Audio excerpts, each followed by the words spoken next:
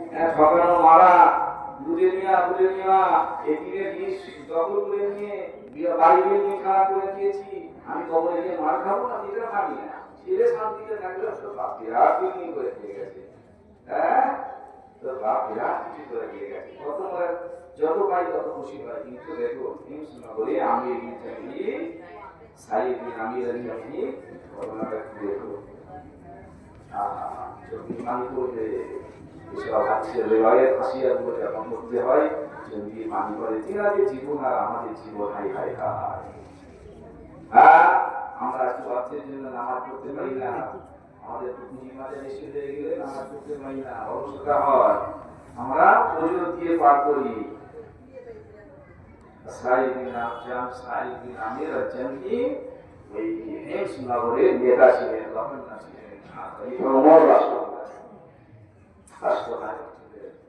তো হিমসনগরে কিছু মানুষ ওমর রাদিয়াল্লাহু আনহু কাছে গেছে, যাওয়ার পর সেখানে কি বলছে, সেখানে কি বলছে, ইয়া খলিফাতুল মুসলিমিন ওয়া আমিরুল মুমিনিন ওয়া হযরত ওমর ফারুক রাদিয়াল্লাহু আনহু, আপনার দরবারে আমরা হিমসনগর থেকে এসেছি।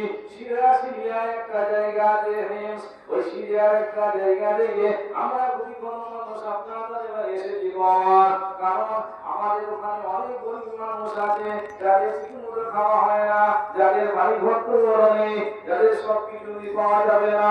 ও হযরত ওমর আপনি একটা করুন, আমাদের কিছু উপকরণ কিছু অনুদান দেন, যে অনুদানটা দিয়ে আমরা হিমসনগরে সেই মানুষগুলোকে দেব, সেই মানুষগুলো একটু সুস্থভাবে থাকবে, খাবে, পড়বে।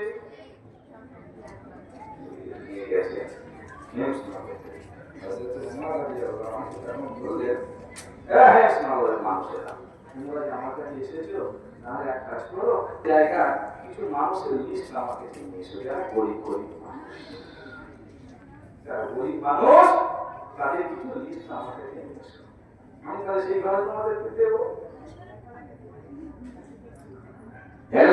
মানুষেরা ফিরে আসলেন দেশে, হিমসনগরে সেখান থেকে আপনার মক্কা শরীফ থেকে ফিরে আসলেন, মদিনা শরীফের আশপাশ থেকে সেখান থেকে কিছু মানুষের সঙ্গে চুক্তি করে বললেন, তাহলে আমরা ফিরে যাচ্ছি, আমরা আমার অন্যদিন আসবো, আমরা হযরত ওমর ফারুক রাদিয়াল্লাহু